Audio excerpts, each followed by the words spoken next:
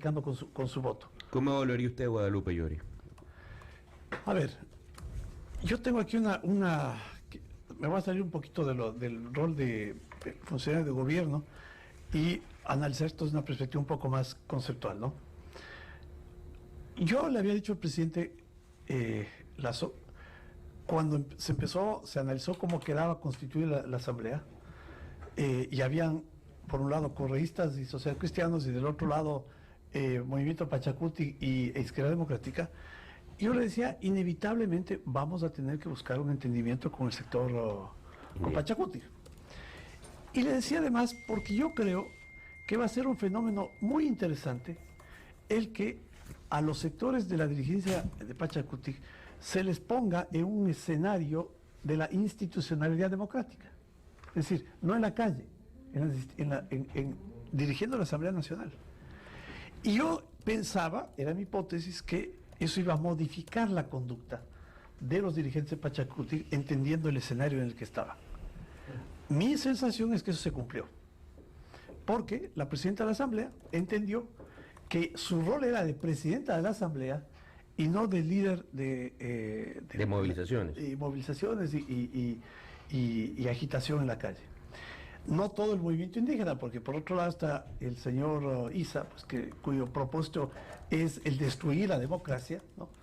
Pero la presidenta Guadalupe Llori entendió ese rol. Y lo digo porque incluso en privado, alguna vez conversábamos, y ella decía, es que yo ya no estoy en Orellana. ¿Y qué pasó después? Estoy en Quito. ¿Qué pasó después? ¿Qué pasó en qué? ¿Qué pasó con el giro de Guadalupe Llori? Terminó votando contra la ley de inversiones, por ejemplo. Por eso lo pregunto. O sea, correcto. Bueno, ahora ya me vuelvo a mi posición de consejero de gobierno. Hizo digamos que es una mala apuesta, ¿no?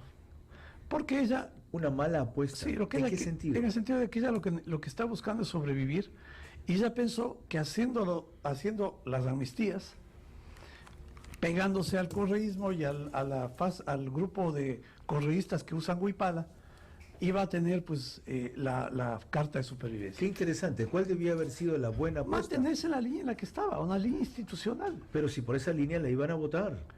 Por esa línea estaban armando una comisión de evaluación para calificarla, sacar a todas las autoridades, y lo que ya sabe usted que se viene. Pero por lo menos en ese momento tenía que un paraguas aquí en donde guarecerse. Ahorita no tiene a nadie. Ok. A propósito de lo que hablaban hace un rato. Carlos, una última de mi parte. No, antes de eso. Bueno, ¿Qué calificación? Te pregunto a ti, ¿cree que le da Quito y Guayaquil como buena al gobierno de Guillermo Lasso?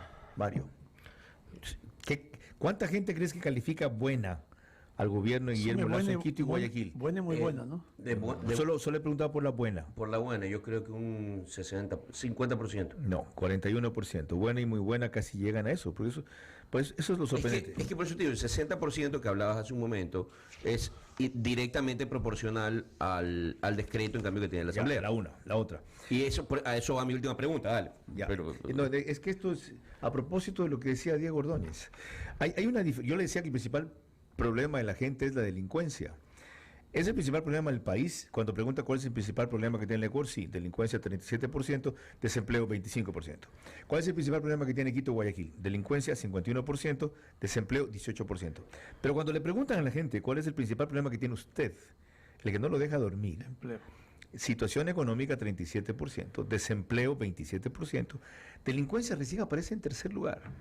9.47%. Me alegro. Me llama la atención. Es decir, individualmente la gente no considera que ese es su principal problema. Colectivamente, como parte de Quito, Guayaquil, sí, y como parte del país, sí. Prosigue. ¿Quién es el legítimo contradictor del presidente de la República? ¿O del gobierno? No hay personas.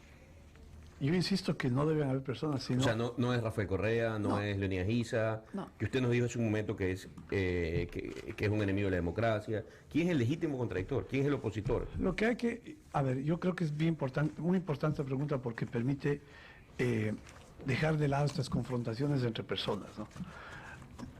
El legítimo contradictor del presidente de la República son esas conductas que se reflejan en lo que o que se desprenden de lo que hacen los políticos: corrupción, corporativismo, tratar de captar desde corporaciones económicas, políticas, una porción del Estado. Son conductas ¿Y básicamente. quiénes sostienen esas conductas? ¿Los fantasmas?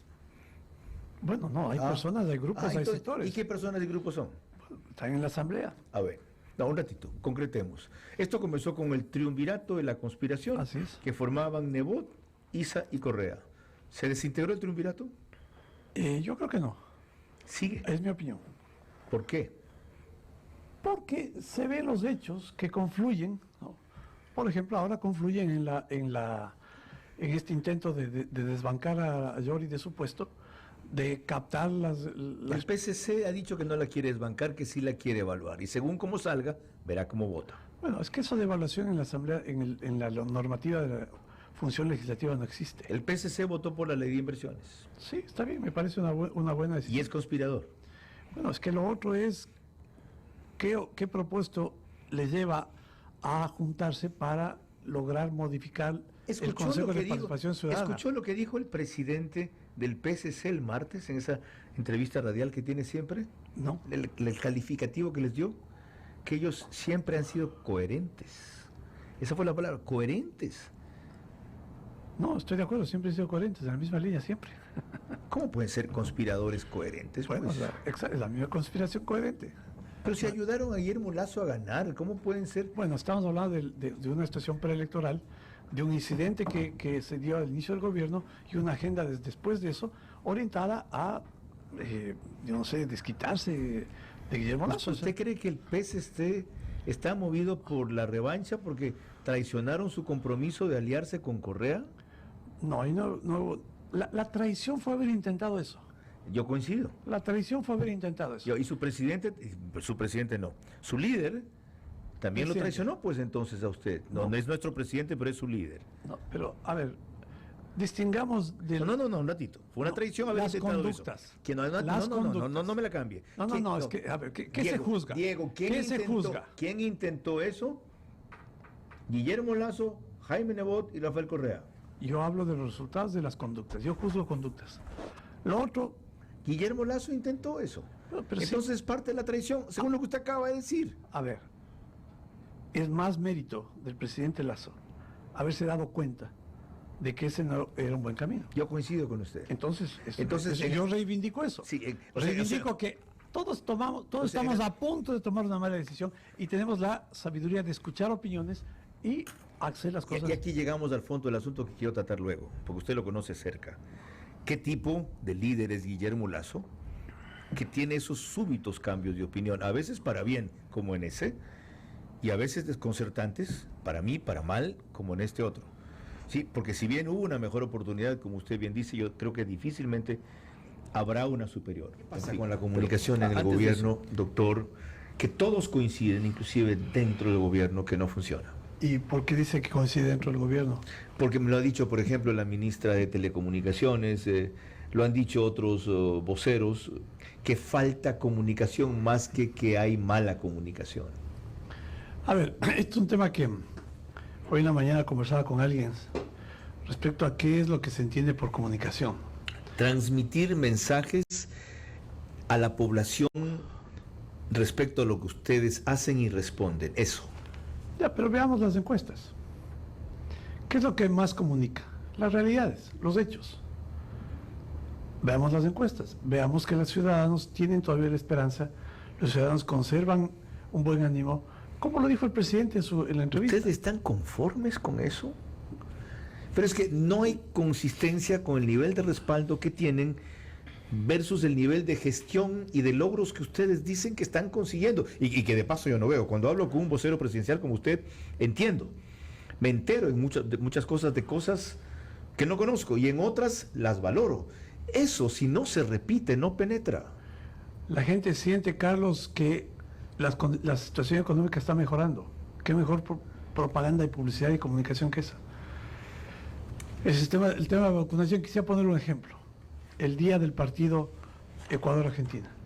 El estadio, usando términos taurinos, hasta la bandera. Gracias a que 85% tenía hasta tercera dosis casi. Bueno, 81 tercera, 85 Si eso no se habría producido, la reactivación de la economía que se refleja en esa presencia masiva en el estadio, no se habría dado. Pero sí vio quién tuvo que decirlo, un tuit del presidente. O sea, el presidente tuvo que poner un tuit relevando él algo que todo su aparataje de comunicación, que comprende publicidad, propaganda, información, vocería, tenía que haber hecho. Sí, pero cuando va la gente al estadio y se sienten que pueden retirarse la mascarilla, en ese acto están reconociendo que hay un proceso exitoso. Entonces, yo no descarto el hecho de que hay necesidad de hacer propaganda, digamos, insistir en ciertos datos, en ciertos hechos. Pero la mejor comunicación, Carlos, son los resultados. ¿Por qué se fue Carlos Hijón? No, eso ya es un tema personal de yo realmente no sé exactamente por qué se fue. Porque no tenía acceso al presidente como para ser un vocero que representara fielmente lo que el presidente decía, y ya la última contradicción entre ambos fue flagrante. Gijón dice 2 días atrás que a su juicio el presidente no presentó antes estas objeciones a los asambleístas porque confiaba todavía en una reacción patriótica de la asamblea. Lunes. El martes le preguntan al presidente y el presidente no dice lo mismo. Evidentemente los dos tenían que haber tenido la misma versión, no la tuvieron. El presidente, ¿qué dice?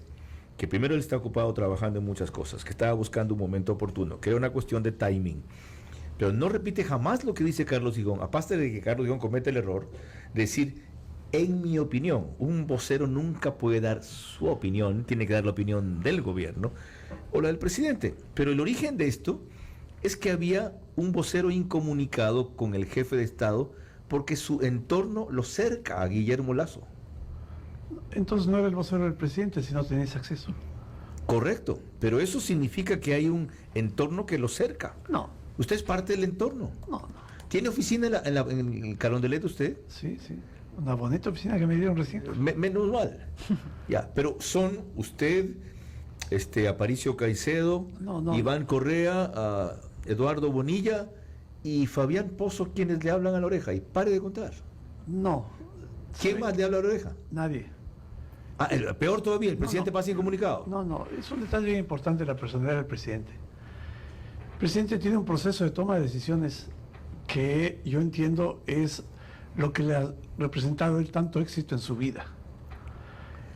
Él tiene un proceso interno de toma de decisiones y va captando datos, no de necesariamente de una persona, de los que usted dice le hablan al oído, de distintas fuentes, se va nutriendo y va generando una opinión y va generando una decisión.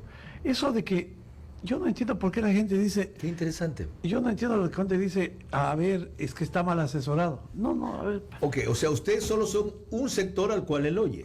Hay una cantidad de fuentes de información, las que él toma directamente. Un detalle, Carlos, yo creo que lo comentamos. El presidente recibe mensajes en su cuenta... A mí me consta, él no ha cambiado su celular. Y él recibe mensajes... Muy pocas veces le escribo y él mucho menos a mí.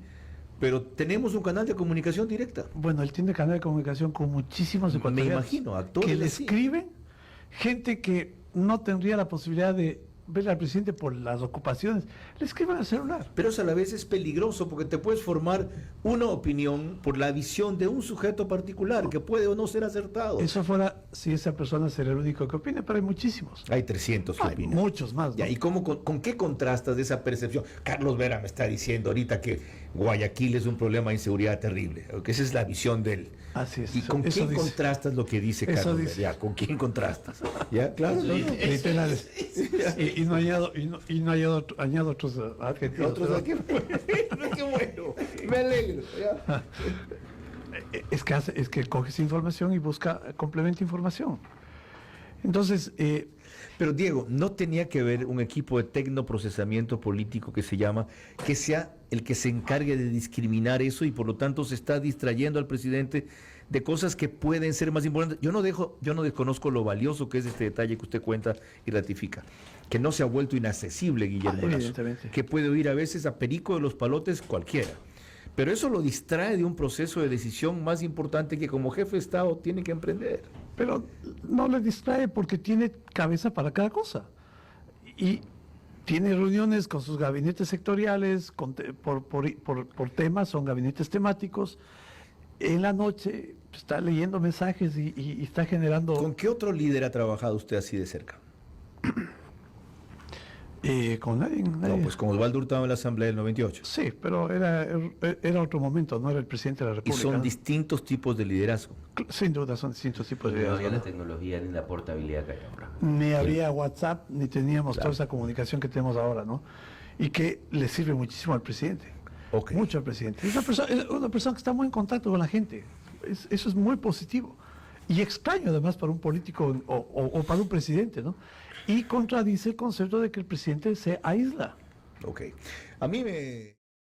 consejero presidencial Diego Ordóñez, que ayer en la Comisión de Fiscalización el representante de Creo haya votado, a ver, en contra de que pase al Pleno el informe sobre el escándalo Petrochina. Hubo 4 votos a favor, 4 en contra, y quien dirimió ese empate gracias a una abstención de Soledad ya fue el presidente de la Comisión de Fiscalización, Fernando Villavicencio. Porque en el informe, por pedido de un asambleísta de oposición, se incluyó una revisión de unos supuestos contratos durante el gobierno del presidente Lazo. Y decía, gobiernos de Correa, Moreno y Lazo, como que fuese lo mismo. Entonces ya se desnaturalizó y se desvió el contenido y el propósito del informe. Por eso fue que la asambleísta tomó esa decisión. Mire, esas son las cosas, por ejemplo, que no se saben o poco se saben y que se deberían comunicar. No estaba Ana Belén Contero principalizada, ¿verdad? No. Ya. Si no, Está de viaje. No me acuerdo, no me acuerdo el nombre de quien reemplaza a la asambleísta Cordero. es decir, le metieron una trampa al gobierno. Un asambleísta ligado al señor Yacu Pérez insistió en poner eso. Y al parecer se incluyó, y eso ya cambió el contenido del informe. O sea, hizo ver como que Lazo era parte de los negociados con Y Petrochina. eso, pues... Cambia el contexto del informe claro, totalmente. entonces ya cambió todo. Pues. Mire, Entonces, les voy a leer a qué se refiere Diego Ordóñez. Dice, en recomendaciones, dentro del desarrollo del presente informe, se encuentra identificado el presunto mecanismo de participación de exfuncionarios, así como de personas jurídicas y naturales, nacionales y extranjeras, públicas y privadas. Hasta ahí ningún problema. Al encontrarse serias presunciones del cometimiento de infracciones en la suscripción de contratos y operación en años anteriores de tipo penal, civil y administrativo, que merecen ser investigadas, de los gobiernos de Rafael Correa, Lenín Moreno y Guillermo Lazo, hasta la actualidad, se recomienda. es que eso no tiene sentido, pues. Lo que hicieron ahí es simplemente una aberración. Y lo que hicieron es favorecer a la tesis del correísmo, como que eso también, el mismo modelo de contrato se reproducía en el gobierno de Lazo. Lazo fue a China a denunciar esos contratos, pues. Ya, y con esta asamblea, el ministro de Gobierno quiere tender puentes. No ceja el empeño de buscar... Es que es absolutamente inútil y contradictorio. Y si no, la otra pregunta es, ¿ustedes van a llegar a algún acuerdo con el correísmo? ¿Es la única manera de tender puentes con la asamblea? No. ¿La domina? A ver, pero hagamos una distinción, Carlos. Y en esto voy a ser conceptual, abstrayéndome un poco de la realidad esta de las agendas de los sectores políticos. Los correístas representan una porción del electorado ecuatoriano. Ciertamente. ¿Ya? Podemos estar de acuerdo o en desacuerdo, pero representan al electorado. Alguna vez yo pensaba que hay la posibilidad de que el mismo grupo correísta descorreíce su agenda política. Soñaba. Y se plantee la posibilidad de hablar de otros temas que no sea que lo dejen volver. Imposible. O los dejen salir. Como en el 90 era el PRE diciendo déjenle volver a Bucarán, ahora en el 2021 es déjenle volver a Correa. Correcto. Y que salga el Lazo. Eso tiene que plantearse como una urgencia en la medida en que si es que no representan, si siguen representando esa agenda, no están representando eso es imposible, electorado. porque ellos sin Correa no son nadie. Bueno, entonces siempre se deja plantear la posibilidad de un diálogo político con todos los sectores que representan una porción del electorado.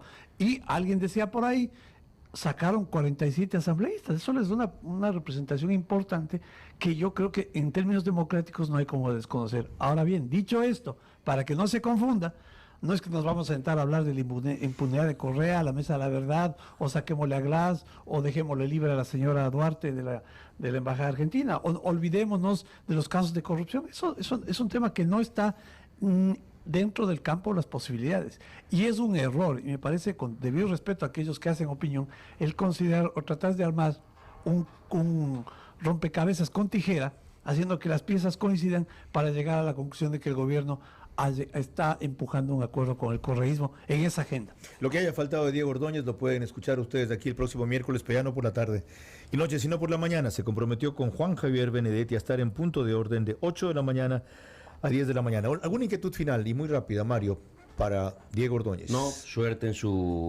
y éxito, y bendiciones por los éxitos de ellos, son los del país. Muchas gracias. Y a mí ¿Gisela? que se le viene un problema grave al presidente, porque si no va a tener la asamblea o parte de la asamblea no lo va a apoyar, va a ser difícil gobernar. Ya. No todo será a base de decreto. La clave de eso es mantener un diálogo abierto con los ciudadanos. La fuerza del presidente, la solidez del presidente está en los ciudadanos, no en la relación con la asamblea. Ya. En mi caso, es una pena que a pesar de todo lo que usted acaba de destacar aquí, de su líder, de nuestro presidente, ustedes en el fondo crean tan poco en él y tan poco en el pueblo que según usted sigue comprendiendo y respaldando, y no se amparen en él para zanjar este conflicto histórico que va a impedir que cumplan lo que prometieron. Es decir, cambiar este país, no terminar 4 años haciendo un buen gobierno, que nadie duda que pueda suceder. ¿Qué es eso de no creer en él? No entendí. Sí, claro. Si ustedes creyeran que Guillermo Lasso puede ganar una muerte cruzada y una consulta, no se aventurarían, no dudarían en aventurarse a eso. ¿No lo creen? Porque ahorita hay un momento crítico, que porque la oposición, que porque el correísmo. Y no nos derrotamos a todos en paquete. Pero, cuando Carlos, nos metieron 32-19 en la primera vuelta. Carlos, lo paradójico de todo esto es que tenemos la certeza de que Lasso puede ganar. No se nota. No, tenemos la certeza. Ok. Por varias mediciones y además por las percepciones. Diego Ordóñez. Tenemos la certeza de eso, pero no es fácil tomar una decisión tan traumática. Diego Ordóñez, gracias por la importancia que le da a Guayaquil con su presencia aquí. Cosa rara. No al programa, no a mí, no a este espacio, no a la radio. ¿Ya? Este es un centro de opinión en el cual ustedes ganaron en la segunda vuelta. Le dieron la vuelta. Y el hecho de que actores del gobierno le den a medios de Guayaquil la importancia que solo suelen dar a Quito por la cercanía y proximidad, que yo entiendo muy bien, aparte de la relación directa que tienen, que desarrollan, es lógico. Pero empiecen a romper aquello. El presidente es de Guayaquil, gran parte de su equipo es de Guayaquil. Ustedes normalmente no bajan de las alturas y está subiendo al nivel del pueblo. Gracias por acompañarnos. Muchas gracias, Carlos, por la invitación. Diego Ordóñez, 2 horas intensas y variadas. Gracias, Mario.